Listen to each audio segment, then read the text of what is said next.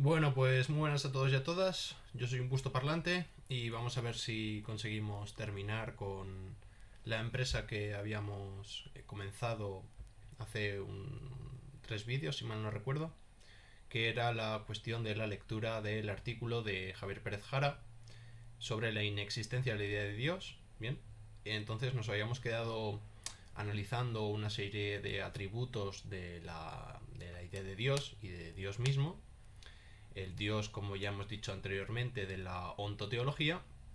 Y sin más, pues vamos allá. Bien.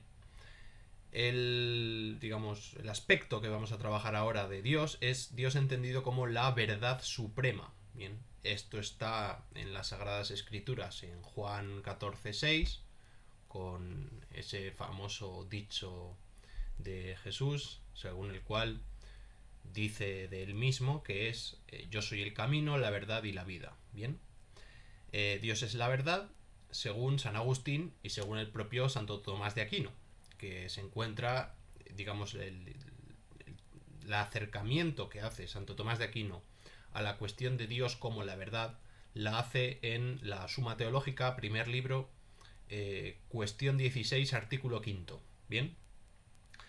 Eh, la verdad es lo que es, est id quod est, y aquello que existe en grado máximo es Dios. Luego Dios es la verdad suprema.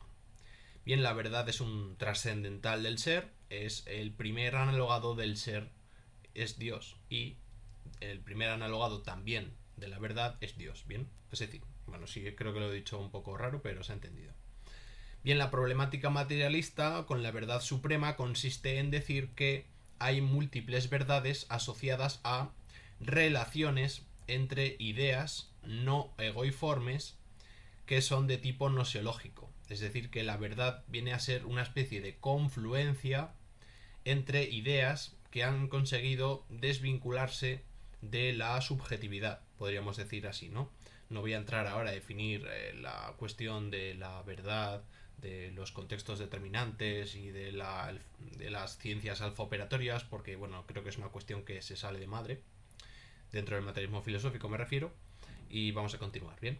La idea de verdad no es un ente de la naturaleza egoiforme, sino el resultado de una serie de operaciones nosiológicas dadas a escala humana y por lo tanto inmanentes a su propio campo de actuación.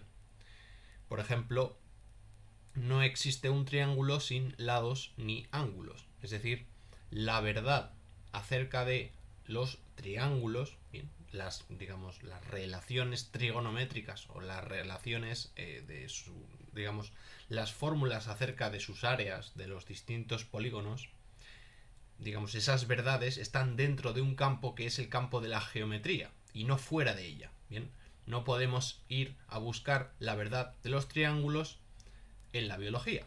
Carece de sentido, porque no, digamos, la verdad se mantiene siempre en el campo que la ven hacer, vamos a decir así, ¿no?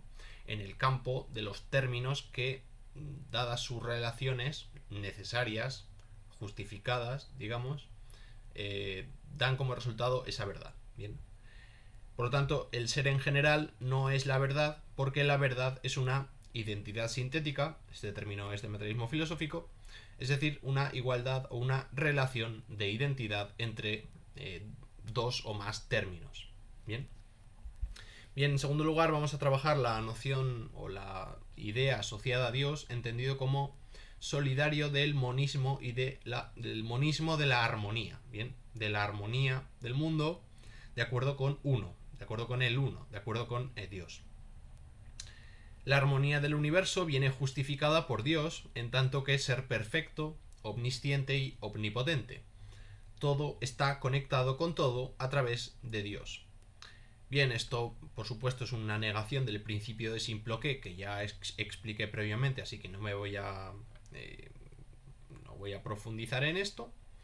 No es posible una ordenación totalizadora armónica de todas las coordenadas de las realidades del universo, digamos desde lo macro hasta lo micro, digamos de lo cualitativo a lo cuantitativo, de lo animado a lo inanimado, de las ciencias a las letras, es decir, no es posible una armonización epistemológica, es decir, relativa al saber de todas las dimensiones humanas, puesto que cada disciplina teórica, cada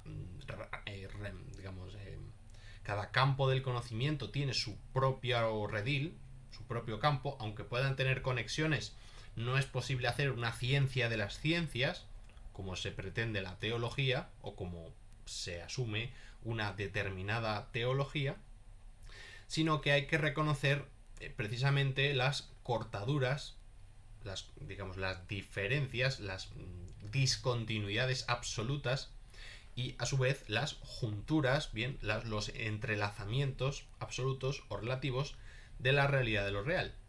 No es posible, por lo tanto, un entendimiento capaz de conocer todas las cosas.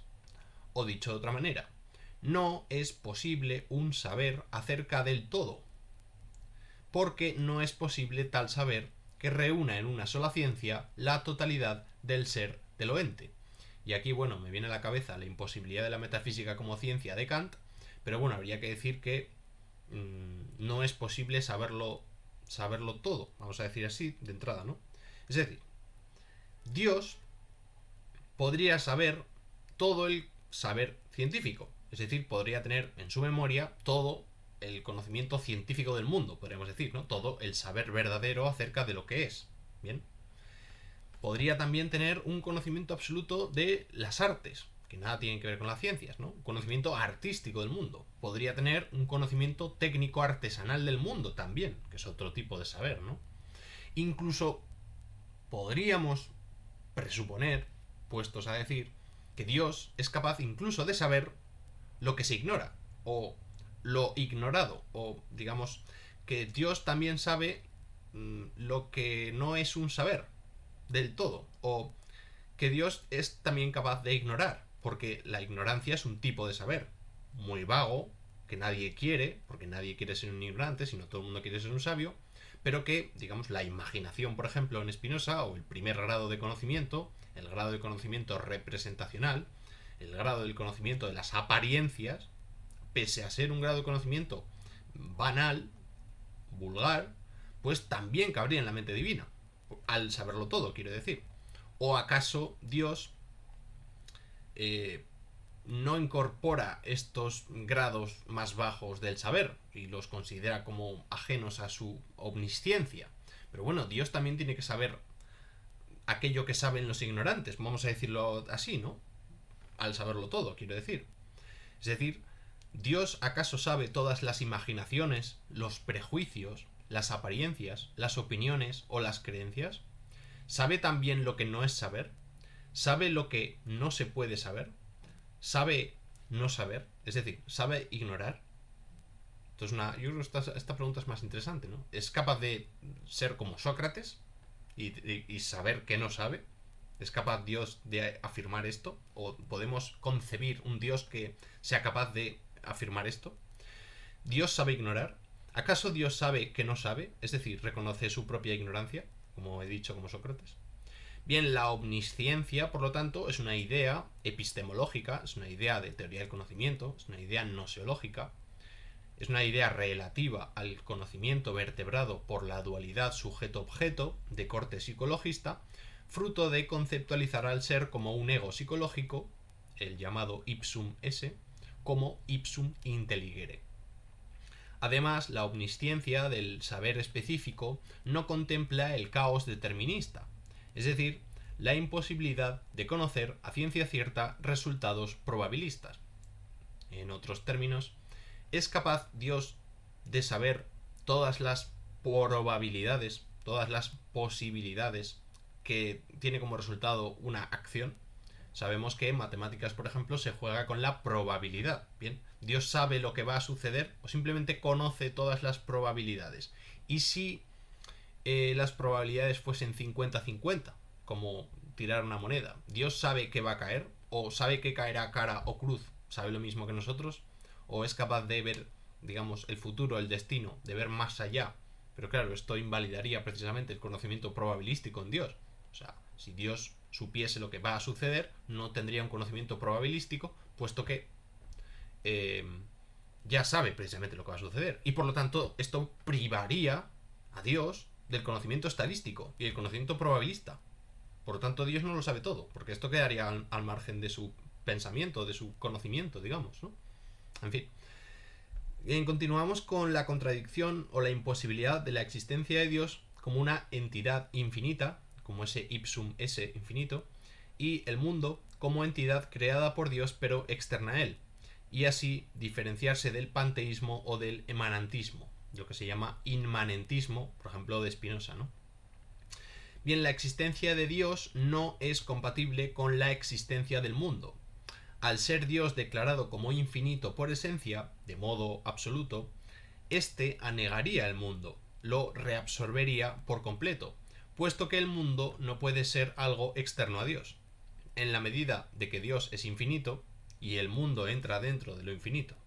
Esta cuestión está tratada en la Suma Teológica en la cuestión 7, ¿verdad? Pero la cuestión es que lo que sigue es decir que Dios, al ser un ser simplicísimo y no constar de partes, como bien trata San Agustín en la cuestión tercera del primer libro de la Suma Teológica, supondría que el mundo no existe, puesto que la simplicidad infinita del ser obligaría a hacer desaparecer toda la pluralidad y con ello todos los contenidos del mundo. De cualquier modo, el atributo de infinitud absoluta de Dios es incompatible, en sentido pleno, con la existencia externa de las criaturas, que no se identificarían con contenidos de Dios. Si Dios es infinito, el mundo es un contenido de él, y no puede ser una realidad personal. Esto desde el punto de vista del panteísmo, claro. El Dios óntico, finito, es un contenido de la realidad, pero no solo Yahvé, sino también el demiurgo, también el creador. Pero el Dios de la ontoteología cristiana, al ser declarado infinito, no puede ser un contenido de la realidad, sino la realidad misma. La realidad se declara como el primer trascendental del ser y a Dios como el ser mismo. El panteísmo, por lo tanto, es una cuestión inevitable en la ontoteología cristiana, puesto que Dios es el todo y el todo es Dios. Sin embargo, el Dios de las religiones, que se comunica mediante la revelación y escucha a estos a través de sus plegarias, digamos que escucha a sus criaturas a través de las oraciones, no puede ser infinito, puesto que caeríamos en una contradicción absurda. Bien, porque de algún modo las oraciones sería Dios hablándose a sí mismo, ¿no? Cosa que no tiene ningún sentido.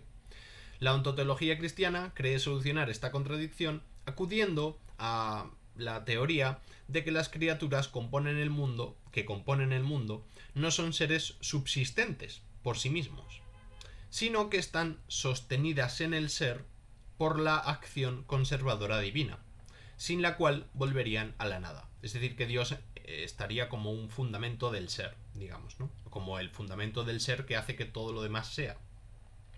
Pero esta ligación ontológica no es compatible con la infinitud del ser que es Dios. Si Dios es infinito, el mundo sería visto como un contenido de Dios, o como Dios mismo. O bien el mundo no tendrá cabida porque sería radicalmente incompatible con la naturaleza ontológica de Dios. La teología natural, la escolástica, la ontoteología, destruye a la religión al afirmar o al declarar a Dios como una entidad infinita. Fray Ceferino González, en Filosofía Elemental, intenta solventar la incompatibilidad absoluta de Dios como realidad infinita y la existencia externa del mundo y de sus criaturas. La estrategia de Fray Ceferino consiste en sustituir el esquema todo-parte por el de causa-efecto. Pero eso no elude la contradicción originaria, puesto que una causa eficiente infinita, una causa eficiente ya como he comentado, que es la causa que mueve el efecto dado, como digo, puesto que una causa eficiente infinita absorbería absolutamente a su efecto. O dicho de otra manera, no tiene sentido hablar de relaciones de causalidad entre una entidad infinita y una entidad finita. Tal cosa es un desarrollo límite contradictorio y metafísico fruto de hipostasiar contenidos del mundo y llevarlos al límite. Si las criaturas, aunque sean imperfectas, existen, entonces tienen que ser reabsorbidas en la infinitud de Dios para luego ser disueltas en su condición de ser simplísimo. Nada existente puede quedar fuera del ser, y declarar a las imperfecciones de las criaturas como no ser, como el escalafón ontológico más bajo de la realidad, lindante con la nada, pues sería de algún modo justificar que Dios también es imperfecto. En resumen, si Dios es todo, la relación con Dios es directa e inmediata, sin mediación. Y por lo tanto, la labor de los sacerdotes y de las sagradas escrituras es inútil e innecesaria. Por otro lado, si el mundo es independiente de Dios, esto es, si el mundo no es un contenido de Dios, ¿cómo explicamos dicha relación? ¿Acaso no sería subsistente el mundo por sí mismo? Por decirlo con Laplace, Dios es un postulado innecesario en su sistematización cognoscitiva. En Spinoza, por ejemplo, consciente de esta problemática, el mundo es un contenido de Dios. La res extensa, el cogitans, el lordo et connexio, son atributos de esa sustancia infinita que es Dios o la naturaleza. Deus sive natura. Dios es multiplicidad infinita, originaria e irreductible, por no decir simplísima. En resolución, el regressus del mundus ad spectabilis, el mundus ad spectabilis, este término latino me trae loco, digamos, el mundo que vemos, el mundo al espectador, el mundo, digamos, de los fenómenos, de lo que sucede, de lo que acontece, de lo que percibimos, no se puede, digamos, justificar tomando como raíz el ser simplísimo. Es completamente irracional, puesto que el regresus desde esa idea de ser al mundo fenoménico es imposible, dada la inconmensurabilidad ontológica entre lo creado y el creador. Es decir, la desconexión es absoluta, ¿vale? La desconexión es absoluta. No es posible justificar el mundo, o sea, pasar del mundo a Dios, y tampoco se puede pasar del Dios al mundo. Por tanto, esa distancia es inconmensurable y por tanto no cabría posibilidad de religación, ¿no? De religión, ¿no? Digamos. Tal concepción del ser obligaría a la desaparición del mundo, y dado que partimos del mundo, el regresus al ser simplísimo debe ser desechado por metafísico. La idea monista del ser simplísimo, por ejemplo de Parménides, impide el progresus al mundo, declarándolo como ámbito de las apariencias falaces, porque es imposible justificar ontológicamente un mundo plural de formas desde una idea de ser monista. Es decir, si afirmamos la existencia de Dios, tenemos que negar la existencia verdadera, vamos a decir así, del mundo. Y habría que decir que el mundo es, pues, una apariencia falaz. Bien. En resumen, el teísmo, pues, nos lleva al acosmismo, como bien dirá Hegel. La existencia del mundo es un testimonio de la inexistencia de Dios, y viceversa. La existencia de Dios es una muestra de la inexistencia del mundo. Bien, para finalizar, vamos a hacer algunas consideraciones sobre la analogía con los entes. Es decir, preguntarnos por cuál es el primer analogado, digamos, el primer analogado es lo más semejante al ser. Lo más semejante al ser, de acuerdo con las coordenadas materialistas del materialismo filosófico, puede ser o bien lo que se ha llamado materia primogenérica, bien, la materia físico-corpórea, bien, entendida, por ejemplo, como lo entendía el materialismo vulgar del siglo XVII y XVIII, ¿no? Suponer que el ser es la materia entendida como cuerpo, como grave, como un grave, como algo físico, incorpóreo, o sea, incorpóreo no, como algo físico, corpóreo pero inanimado, podemos decir, bien, como los átomos, por ejemplo, como las máquinas. Bien, en segundo lugar, podríamos establecer que el primer analogado del ser es lo que se ha llamado materia segundogenérica, M2, la materia sensible fenoménico-experiencial, es decir, la subjetividad, lo que se ha llamado subjetividad, las sensaciones, las percepciones sinápticas, es decir, lo que uno siente al ver algo, no la cosa vista, sino digamos, la representación o digamos, el fenómeno de la percepción misma, tal y como por ejemplo lo entiende Hegel, ¿no? Con su espíritu objetivo. El espíritu objetivo sería justamente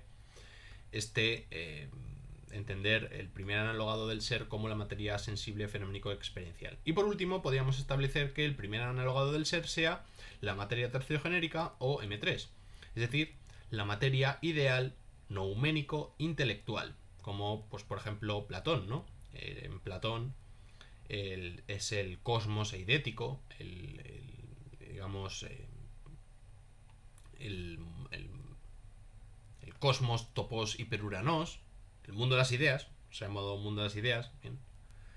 Es justamente la realidad.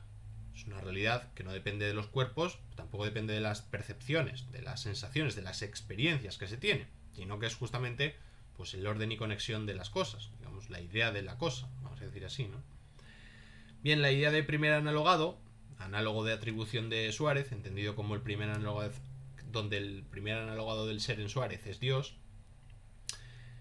Bien, entonces, digo, la idea de primer analogado del ser es un criterio de discriminación monista, fruto del formalismo ontológico que hipostasia o reifica, cometiendo un reduccionismo ontológico, digamos que reifica un modo de ser sobre el resto, rompiendo con la pluralidad de la materia ontológico especial y general, que se ha llamado géneros de materialidad, que son inconmensurables entre sí, de acuerdo con la ontología del materialismo filosófico expuesta en Ensayos materialistas del 72, si mal no recuerdo. La relación entre los diversos modos de ser impide su distanciamiento absoluto, al mismo tiempo que sus sinexiones, una sinexión es una especie de relación de conexión y desconexión al mismo tiempo, ¿bien? Bien, sus sinexiones impiden su reabsorción en una entidad totalizadora.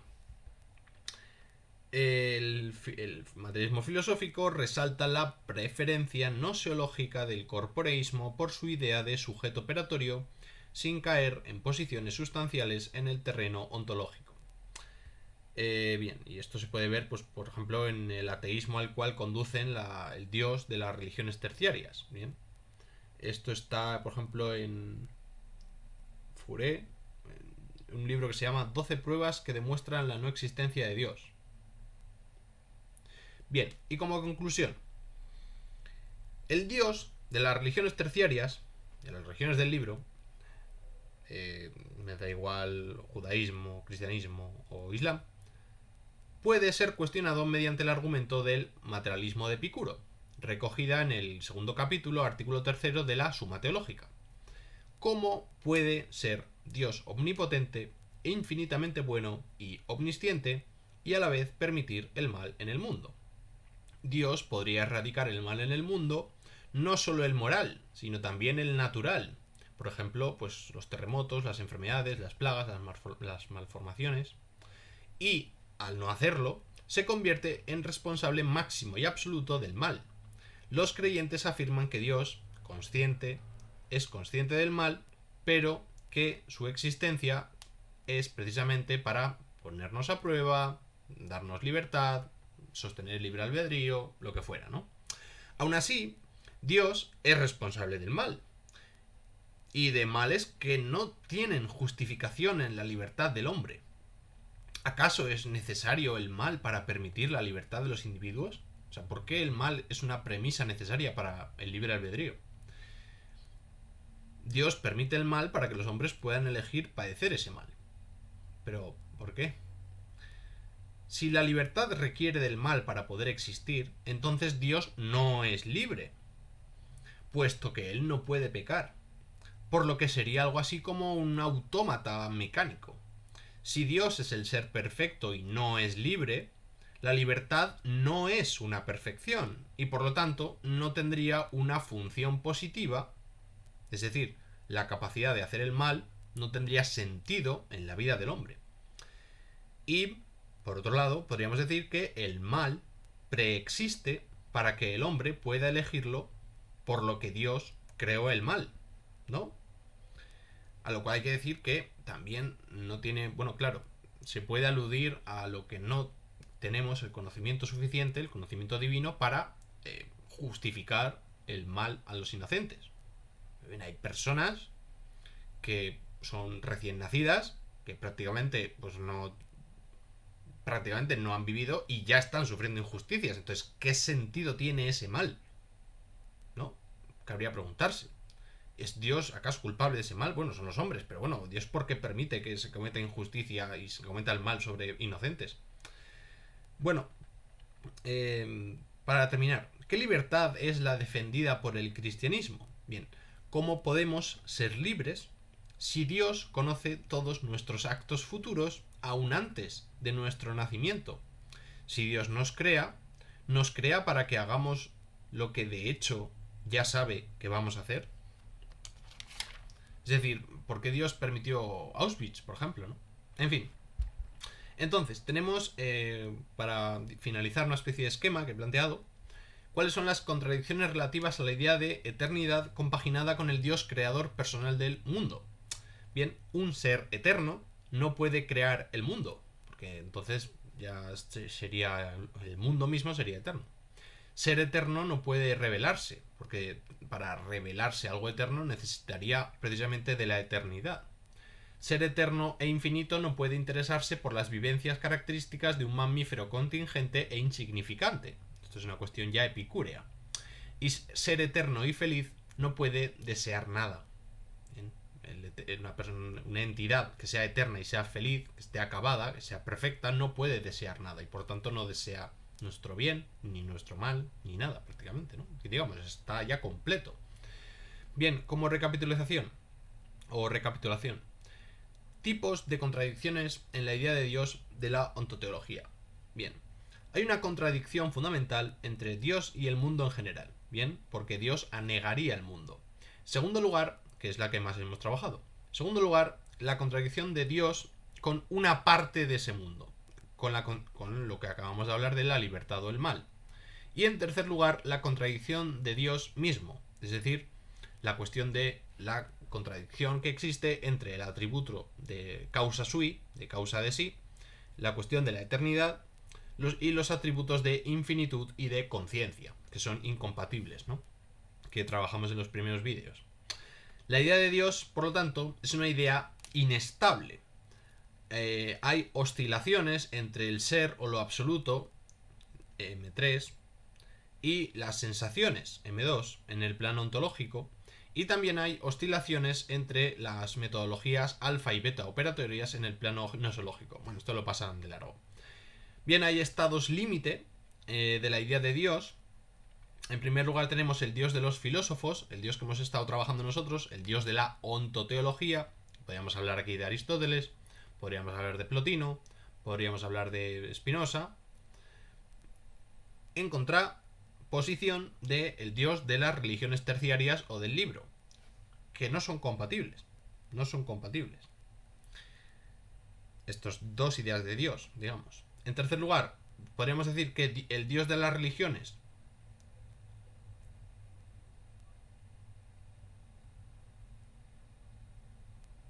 destruye el Dios de los filósofos, bien. Es decir, que la idea de Yahvé o de Zeus pues destruiría las concepciones del Dios de la ontología, y luego existirían estados intermedios de Dios. Un Dios que intenta compatibilizar el Dios de la ontoteología y el Dios de las religiones, como por ejemplo los casos de Santo Tomás, Fichte, el propio Hegel, Duns Scoto, etc. Y para finalizar, les suelto una pregunta, que he soltado varias, pero bueno, la última, sí, para cerrar. ¿Es posible pensar una nueva idea de Dios en el futuro? ¿O las posibilidades de dicha idea ya han sido agotadas por la tradición? Y con esto terminamos la lectura del artículo de Pérez Jara. Lo tienen, como saben, en la descripción del primer vídeo. Espero que les haya resultado de interés. Y nada, nos vemos en la próxima ocasión. Un saludo y hasta la próxima.